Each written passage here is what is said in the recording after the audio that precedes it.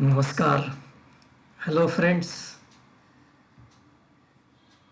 Today I am going to start a new podcast. In this podcast, I am going to share my practical insight into some selected verses of the Bhagavad Gita. The idea is to see if it helps the viewers to develop the right attitude towards living their day-to-day life as guided by the Gita philosophy. I have picked up only those verses that make practical senses to me. As such, many verses have been omitted that sound too theoretical or too expansive on a single concept. As a result, this video series can be a compact practical guide to Gita philosophy. Gita has about 700 verses. In this series of videos, I am going to present about 250 of those verses. The first chapter of Gita is all about the formation of the rival armies of Kauravas and Pandavas and the warriors in them, with some description of Arjuna's confused state of mind and his thinking. So, I first present my practical insight into chapter 1 so that it provides the necessary background for the real preaching of philosophy that starts from verse 11 of chapter 2. So here I go. Pandavas kept struggling for a fairly long time to secure their self-interest that they believed was a just expectation, a fair expectation. But Kauravas led by Duryodhan were selfish and even evil in their thinking. So they kept denying Pandavas their reasonable right.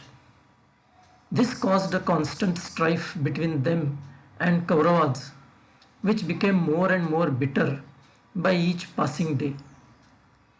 Then, when finally it came to a point of conflagration into a major war, Arjuna suddenly started thinking of others, that is, his gurus, elders, and relatives who were ranged against him. And he started thinking about their well-being. Of course, even in that, he was basically driven by the fear of him incurring sin and landing in hell if he killed them in the war. He was even willing to give up Pandava's demand for a share in the kingdom. He thought he won't be able to enjoy the pleasure of being a king if his hands were to be drenched in the blood of his near and dear ones.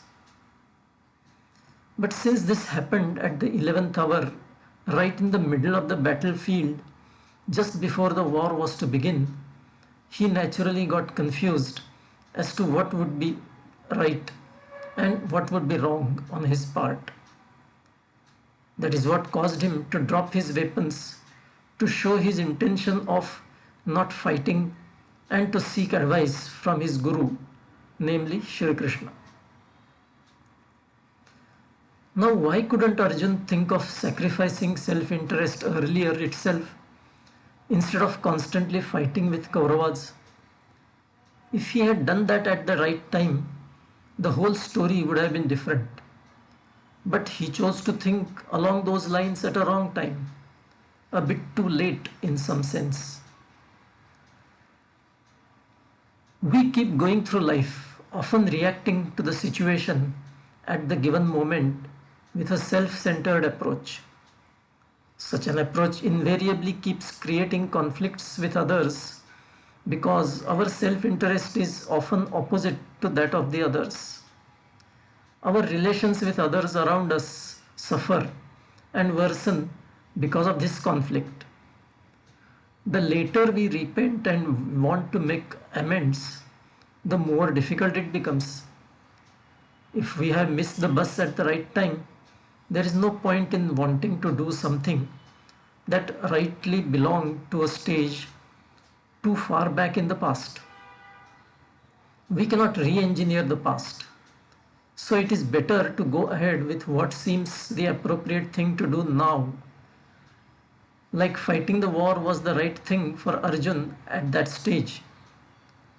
There is no point in worrying about the future consequences of the action that is necessary here and now. Besides, we imagine the future consequences on the basis of our past conditioning alone, which can be inaccurate. Nobody can visualize future correctly. So it is better to evaluate the appropriateness of action in the present on the basis of the actual situation prevailing and to proceed with it without worrying about the future. With this background, now we will start with the actual verses and my insight into it. Verse 11 of chapter 2. Shri Bhagavan Uvacha Ashochananvashocastvam prajnavadanshcha bhashase gatasuna gatasunshcha nanushocanti panditaha. The literal meaning of this verse is as follows. Shri Krishna says to Arjuna, you are grieving about something that is not deserving of grieving, and you are talking like a wise man. Wise men do not grieve for dead or living people. Now, what do I understand from this verse? Most of us who may have experienced the world a fair bit think that they know everything. While that may be substantially true, if not literally, that knowledge is limited only to the physical perceptible world. Nobody knows what may be behind the physical world, how it came about, why, who created it, how long will it last, and what will happen when it ends, if and when it indeed ends. We do not know anything about whether we existed in some form before we were born in this physical world, nor do we know anything about what will happen to us after we die and disappear from this world. Yet, we waste so much emotion in what happens in our life and grieve over a so-called sad event like death of a loved one. Besides, the world functions by its own dynamics, and as individuals, we often have a very limited influence on events. Moreover, it seems that we do not take anything with us when we die, since our existence in the physical form vanishes. We do not know for sure if there is any nether world that we may find ourselves in after death. So the lesson is that it is not right to grieve over anything in this world, and people who are well versed in the spiritual knowledge know and understand this. Shri Krishna exhorts Arjuna to not be so completely engrossed only in the worldly life and be judgmental about it. Instead, it is wise to go beyond it and think a little about what may be behind the physical world, though it may not be perceptible to our physical senses. Now verses 12 and 13 of chapter 2. न तु एव अहं जातु न आसं न त्वं न इमे जनाधिपाः न च एव न भविष्यामः सर्वे वयम् अतः परम् देहिनोऽस्मिन् यथा देहे कौमारं यौवनं जरा तथा देहान्तरप्राप्तिर्धीरस्तत्र न मुह्यति. Now the literal meaning of this verse, of these verses, is as follows. It is not as if I never existed in the past, nor as if you never existed, nor as if these kings never existed. It is not as if all of us will never exist in future. embodied soul has this body which passes through the three phases of childhood, youth, and old age. But the body remains. In the same manner, the wise understand that the soul gets another body and hence do not get enamored of the change of body. Now, what do I understand from these verses? The underlying fundamental phenomenon, namely Brahman, that manifests as the different objects in the physical world, has a perpetual existence. Even though individual objects and persons seem to be born, exist for some time, and then disappear, it is merely like a kaleidoscope pattern changing when we rotate the tube. We can also liken it to waves rising temporarily on the ocean surface and then subsiding immediately. The waves are merely a manifestation of water only and nothing else. Another way of looking at it is by likening the creation to a dream. In the dream, we experience physicality, not in the sense of our waking state, but simply as a particular state of consciousness. We seem to be moving around without our physical body moving and seem to be feeling sensations without our real external sense organs coming into picture. So, in essence, nothing really happens in the dream. Likewise, the waking state existence may also be illusory, just a play of consciousness.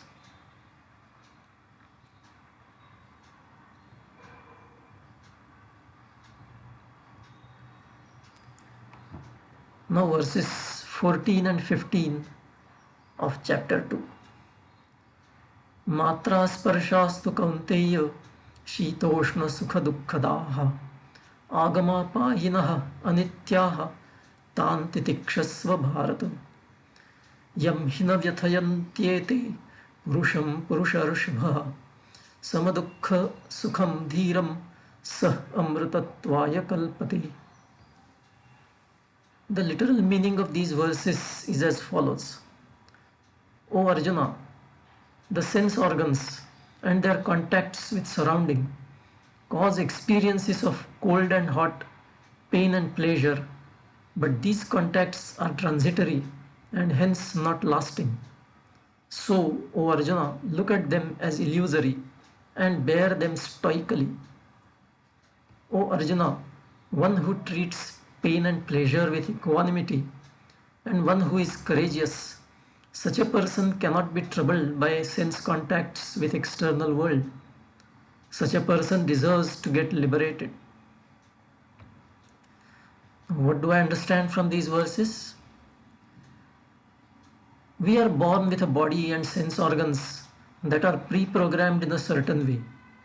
For example, the touch sense organ is programmed to sense hot, warm or cold. There is nothing that we can do to change that pre-programming. If a thing is hot, we will get scalded if we touch it. However, wisdom lies in realizing that the physical feeling generated by sense organs is transitory. For example, if a sweet feels pleasurable when we eat it, the pleasure lasts only for a few seconds at the most. Same thing is more or less true with pain. So why not think this too shall pass for both pains and pleasures? Why remain attached to wanting pleasure and avoiding pain? In other words, while the physical aspect of pain and pleasure is something that we cannot do much about, it is the mental aspect that we can control by not craving for pleasure and by not unnecessarily ruminating over pain. Like, why this pain? When will it go away? How could I be so stupid to not see the object lying on the floor and hurt my toe so badly? If we can manage to not get attached to pleasures and pains associated with sense organs, we will not have to be born again. If we die with still some desires for sense pleasures, we will be reborn with another body so as to fulfill those desires. But if there are no desires left whatsoever at death, there is no need to come back into this world. However, this part is more philosophical and cannot be verified. Besides, most people cannot be convinced about rebirth, so they also don't accept the concept of liberation from the repetitive cycle of births and deaths. They therefore may ridicule the need for giving up desires. But yet, even such people should be able to understand the value of an even mind that does not get perturbed or excited by pains and pleasures, because that helps us live peacefully, or a better word is blissfully. Liberation need not be looked at as a post-death concept, but very much as an in this life state where one is free of the pulls and pushes of desires. I will stop here today and continue the next time with next verses. Until then, bye. Take care.